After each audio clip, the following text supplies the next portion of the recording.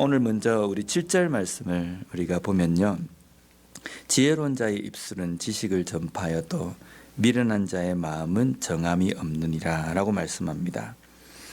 여기 보면 지식을 전파하다라고 할 때 이 전파하다라는 동사는 히브리어로 예자루라는 단어인데 퍼뜨리다, 전파하다, 전달하다는 뜻인데 이 단어에 담겨 있는 뜻은 적극적으로 전파하는 것을 의미합니다.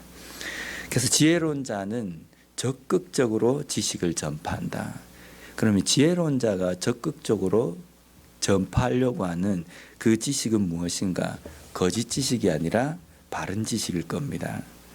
근데 이 바른 지식이다라는 것은 거짓이 없는 지식이다라고 이렇게 말할 수 있지만 이 세상에서 변하지 않고 온전한 지식은 단 하나, 예수 그리스도, 복음, 하나님의 말씀밖에 없습니다. 그래서 지혜로운 자의 입술은 하나님의 말씀, 복음을, 믿음을 적극적으로 전파하는 삶이다 라는 말씀입니다. 그래서 우리의 입술은 적극적으로 하나님의 말씀을, 복음을 전하는 그러한 삶이 되었으면 좋겠습니다. 반면에 거짓된 자, 미련한 자의 마음은 정함이 없다라고 말씀합니다. 여기 정하다라는 이 단어가 히브리어로 캔이라는 단어인데 이것은 여러 가지 뜻으로 해석이 됩니다. 그렇지 않다라고 이렇게 해석할 수 있고, 그래서 미련한 자의 마음은 그렇지 않다라고 해석할 수 있고, 또 오늘 우리 한글 성경에 나와 있는 그 내용처럼 미련한 자의 마음은 견고하지 못하다, 정하지 않다라고 이렇게 해석할 수 있습니다. 지혜로운 자는 그 입술을 통해서 온전한 지식을 열심히 적극적으로 전파하지만 미련한 자의 마음은 정함이 없다, 그렇지 않다는 겁니다. 왔다 갔다 한다라고 말할 수 있고 또 거짓된 것을 말할 수 있다라는 겁니다. 그 이유는 뭐냐면 미련한 자의 마음은 어디에다가 그의 마음을 기초를 두고 있느냐면 세상의 지식입니다. 세상의 지식은 어떻습니까? 시간이 지나면서 변합니다. 시대에 따라서 변하고 또 자신의 이익에 따라서 변하기도 합니다.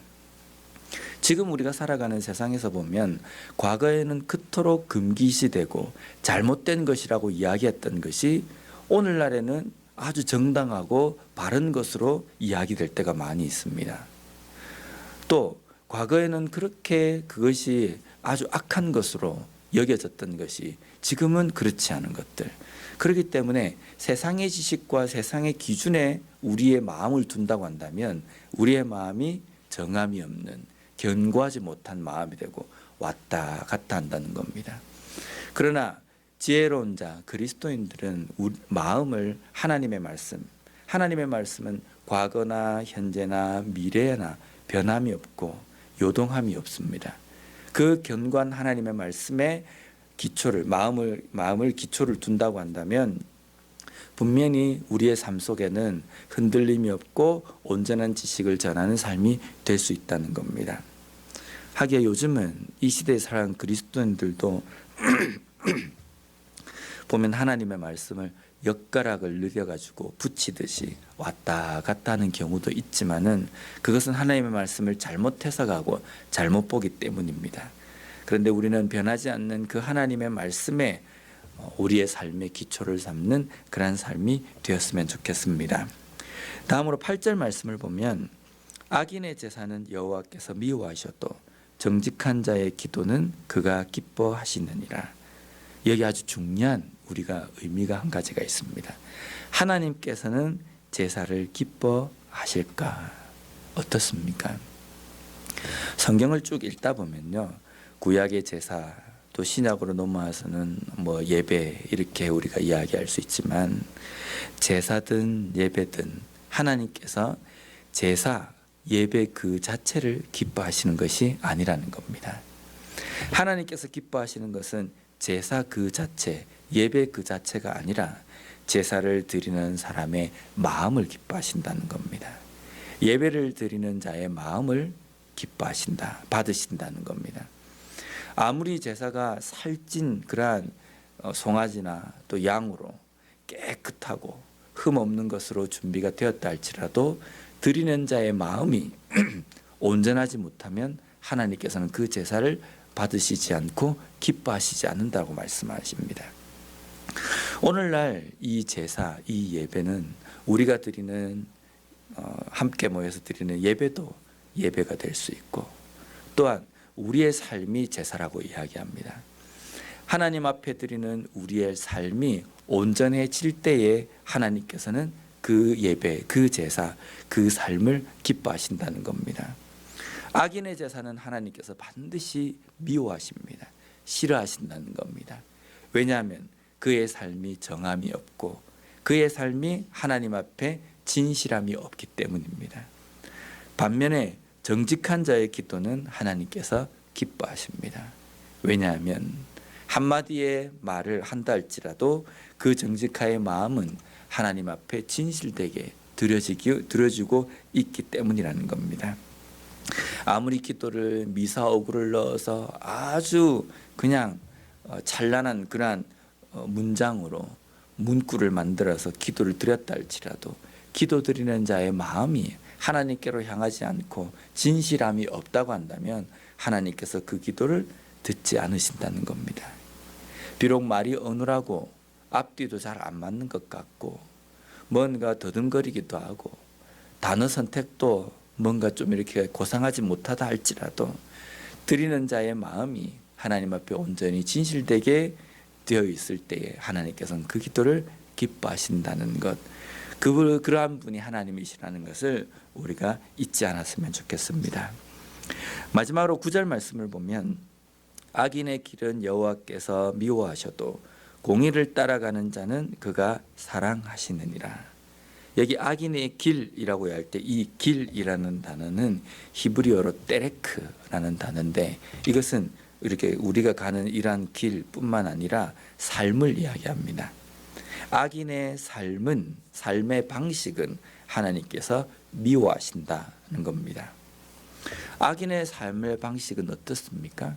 자기의 이익을 위해서 물과 불을 가리지 않습니다. 수단과 방법을 가리지 않습니다. 모든 것이 자기의 그러한 자기 자신이 되어 있고 이기적인 삶의 방식이기 때문에 다른 사람의 이익을 침범하기도 하고 때로는 하나님을 두려워하지 않습니다. 하나님을 두려워하지 않는 그러한 삶은 하나님께서는 미워하시고 싫어하시는 삶입니다. 반면에 공의를 따라가는 자는 그가 사랑하시느니라. 여기에 공의를 따라간다라는 것은 그냥 쫄쫄쫄쫄 따라간다는 그 의미도 있지만은 삶 전체를 완전히 바꾸어서 그 방식으로 전환이 된다라는 겁니다. 우리가 예수 그리스도를 따라간다라고 이야기할 때 주님께서 가신 그 길을 걸어간다라는 이 의미에 담겨 있는 뜻은 내 삶을 꺾고 내 삶을 포기하고 하나님 앞에 온전하게 내 삶을 드린다라는 의미가 그게 들어있지 않습니까? 내가 십자가의 길을 걸어간다라고 이야기해 주님 가신 그 길을 걸어간다고 이야기할 때에는 예수님께서 가셨던 그 고난의 길과 예수님께서 보여주셨던 그 사랑의 그 삶의 방식으로 내 삶이 완전히 변화되는 것, 나를 포기하고 온전히 주님의 그 방식으로 예수님의 삶의 방식으로 따라간다라는 것이 거기에 담겨 있다는 겁니다. 그래서 공의를 따라간다라는 것은 삶이 하나님 중심으로 말씀 중심으로 변화되는 삶을 이야기합니다. 그러한 자를 하나님께서 사랑하신다라는 겁니다. 하나님께서 그 인생을 붙들어 주시고 하나님께서 그 인생을 책임져 주신다라는 말씀입니다.